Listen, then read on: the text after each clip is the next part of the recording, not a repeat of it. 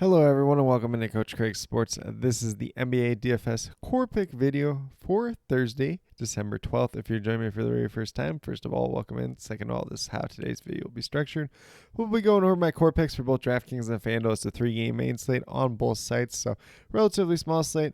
Do apologize, this week's been a little bit different with the structure of the NBA. I have not made a video for Tuesday or Wednesday. If there's less than 3 games, typically not going to make a video for those slates. Just in general, if you'd like to see some or have any questions about that, feel free to reach out to me at that point in time as well. But in addition to this video, I will be posting the injury report in the morning, as well as injury updates throughout the day, and all these starting lineups as they do become available. And then I will have an updated core about 20 to 30 minutes prior to lock, or as those changes do become available as well.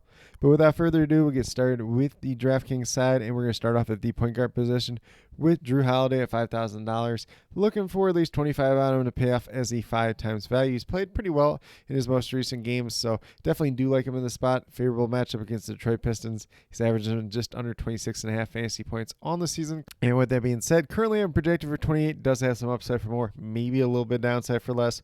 But if he continues his recent trend, it's going to be a really good play overall at that $5,000 price tag. Then at shooting guard, we're going to go with Malik Beasley here of the Detroit Pistons on the opposite side of the game. $5,200, looking for 26 out. He's averaging 25.5 so far on the season.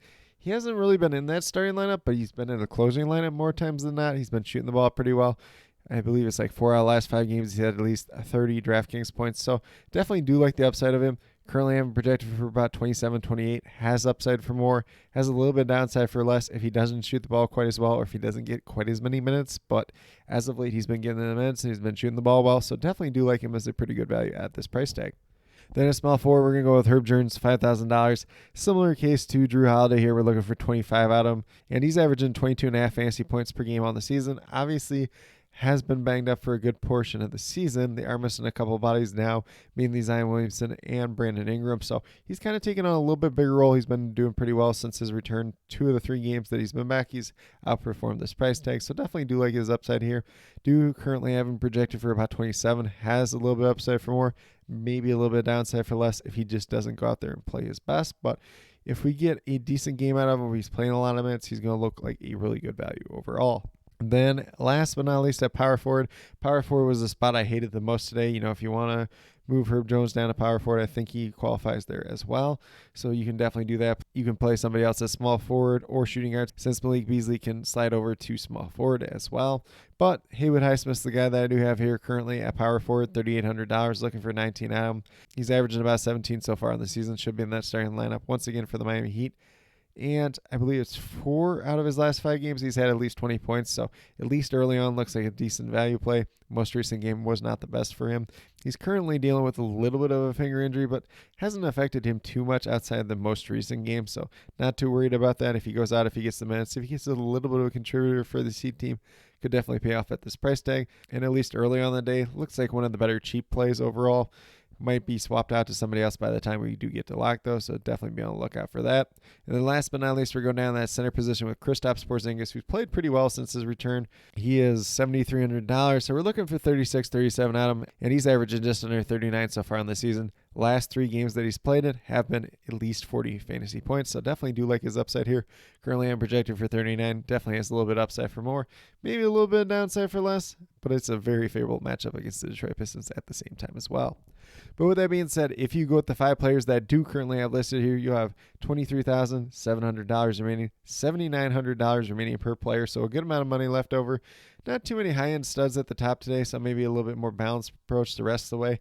Kind of build it out however you do see fit. There's some decent value probably to be had on this Pelicans team, whether it's DeJounte Murray, CJ McCollum at that guard spot to go alongside some of the other star players at the top today at the same time as well. But with that being said, we'll get moved over to FanDuel and talk about my core picks over there as well. So on the FanDuel side, at the point guard position, I went with Tyler Hero over here. If you want to play Drew Holiday, you can definitely do that. I think he's $5,800, so a little bit more expensive than he is over on DraftKings, but definitely still looks like a solid value at that. Tyler Hero at $7,800, we're looking for 39 out of him. He's averaging just over 38 so far in the season. Matchup against the Toronto Raptors should be a pretty favorable one just in general. He's been playing really well as of late. He's had at least 40 fantasy points, I believe, in 3 out of the last 4 games. So he definitely looks like he's solid value at his current price tag. Currently, I'm projected right around 40. Might have some upside for more, might have a little bit downside for less. Just kind of depends on the game and how well he's shooting. Then we move down to shooting guard with another shooter in Grady Dick of the Toronto Raptors, $5,200. Recently did return from injury. We're looking for 26 out. He's averaging just over 26 so far in the season. I believe he's played in 2 games since he's been back. It might be 3, but the most recent game, not the greatest, but the game before that was pretty good. So definitely do like his upside here. There is no Scotty Barnes, so a little bit of extra usage to go around. Could get a couple extra shots. Do currently have him projected for 27. Might get to 28. Might have a little bit upside for more if he's really shooting the ball well. There is a little bit of downside for less if he's not scoring the ball well, but definitely do like him at this $5,200 price tag. Then at small forward, we're going to go with Malik Beasley once again of the Detroit Pistons going against the Boston Celtics. Not the greatest matchup in the world, but he's been playing big minutes. He's been shooting the ball pretty well, so definitely do like him just in general. If you want to play somebody else at a small forward spot, I definitely do understand that, but Malik Beasley looks like a pretty solid option, $5,500. Looking for 27, 28 out of him, pretty much what I have him projected for tonight, so do like him. If the shot doesn't go down, it could ultimately end up hurting us. But if he performs like he's been doing as of late, looks pretty good. I believe he also has 3 out of the last 4 games with 30 points on the FanDuel side as well. And then we move down to power forward with Herb Jones. Not too much different here than what we said about him on DraftKings. Came back, played big minutes. He's outperformed this price tag 2 out of the last 3 games. Gets extra points for steals and blocks on FanDuel, so that's going to help him out as well. Pretty much as long as he's doing normal Herb Jones things, especially without Zion Williamson and Brandon Ingram, he's going to look like a pretty good play for the slate overall at the same time as well. And with that being said, I currently am projected for 27, 28 FanDuel points for the slate overall. Then last but not least, we're going down to Kristaps Porzingis. I didn't really truly love anyone at the center position on FanDuel. So Porzingis, a lot cheaper over on DraftKings, $900 cheaper. At $8,200, we're looking for 41 out of him. It's a good matchup versus the Detroit Pistons. Currently, I'm projected for 39.40, averaging just over 39 so far in this season. It's not a bad play. There is some high-end upside to be had there, especially if Jason Tatum ends up missing for this game. Then Porzingis would look a lot better. If you like another center option a little bit better, Domantas Sabonis, Bam Adebayo, Jakob Poeltl, even if you want to go to Anamisi, there is a couple different guys out there. So definitely feel free to play whichever center best suits your lineup, but I don't really think you can go wrong at the center position overall today. Kristaps Porzingis just happens to be my favorite.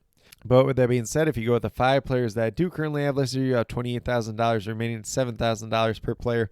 So you could go with a little bit more of a balanced build the rest of the way from here. Obviously, we don't have the top most expensive high-end guys, but at the same time, still some guys up there. If you want to pay up for them, pay down on a couple other positions, definitely can do that. If you want to go with that more balanced approach, that's definitely fine on the FanDuel side for this 3-game slate as well. But with that being said, that's what I do have in terms of my core picks for both DraftKings and FanDuel. As always, if you have any questions related to NBA DFS, be sure to drop them down in the comment section of this video, and I'll get back to you as quickly as possible.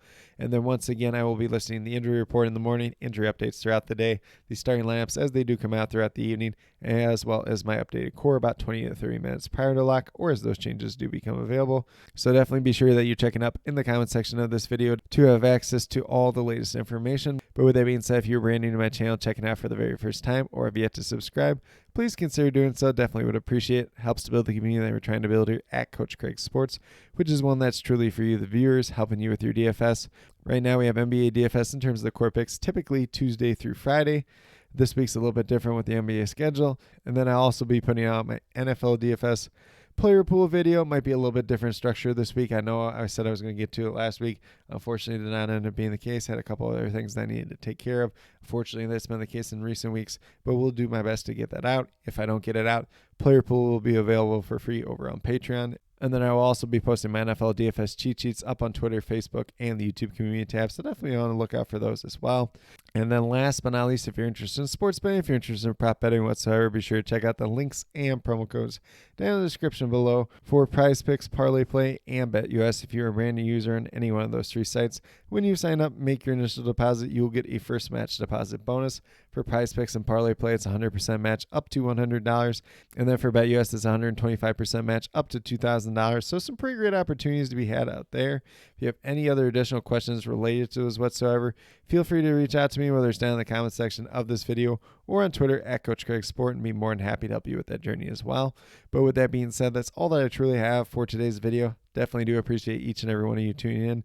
Definitely means a lot to me. I hope that each and every one of you have a great rest of your day and some pretty good luck in NBA DFS for Thursday, December 12th.